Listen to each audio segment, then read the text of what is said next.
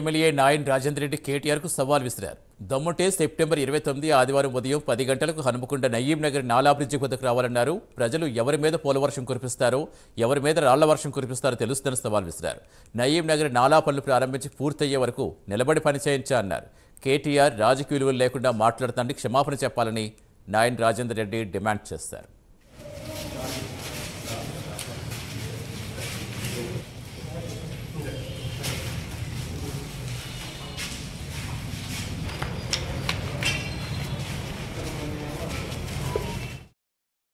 వినయ్ భాస్కర్ని మరియు ఇతర వాళ్ళని పిలుచుకొని మాట్లాడే పద్ధతి తీరు, వాడు వీడు అని మాట్లాడి స్థాయిని దిగదార్చుకుంటున్నాం. నీకు ఒక్కటే సూటిగా ప్రశ్నిస్తున్నాం కేటీఆర్ గారు, నయీం నగర్ బ్రిడ్జ్ మీద మీరు కట్టినామని అంటున్నారు కదా, అదే నయీం నగర్ బ్రిడ్జ్ మీద ఆదివారం రోజు ఉదయం 10 గంటలకు నేను వచ్చి కూర్చుంటాను. మీరు రండి.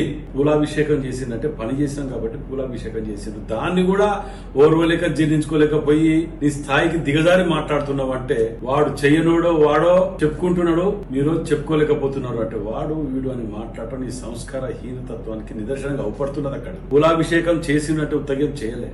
రాత్రి పగలు కష్టపడి నయీం నగర్ బ్రిడ్జ్ డిస్మెటల్ చేసిన కాడికి వెళ్ళి మొదలు పెడితే డేటు, ఫోటోలు, వీడియోలు, ప్రెస్ సాక్షిగా నేను డిస్మెటల్ చేసి నేను కట్టించిన. మీ తీరుగా కళ్ళలల్లా కట్టినట్టు అనుకోలే.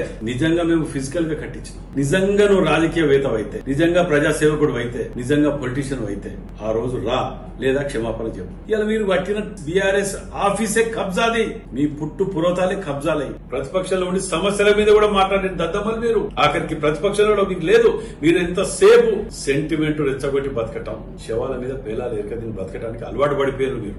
ఒక్కడు కూడా నువ్వు బ్రిడ్జ్ కట్టినావని చెప్తే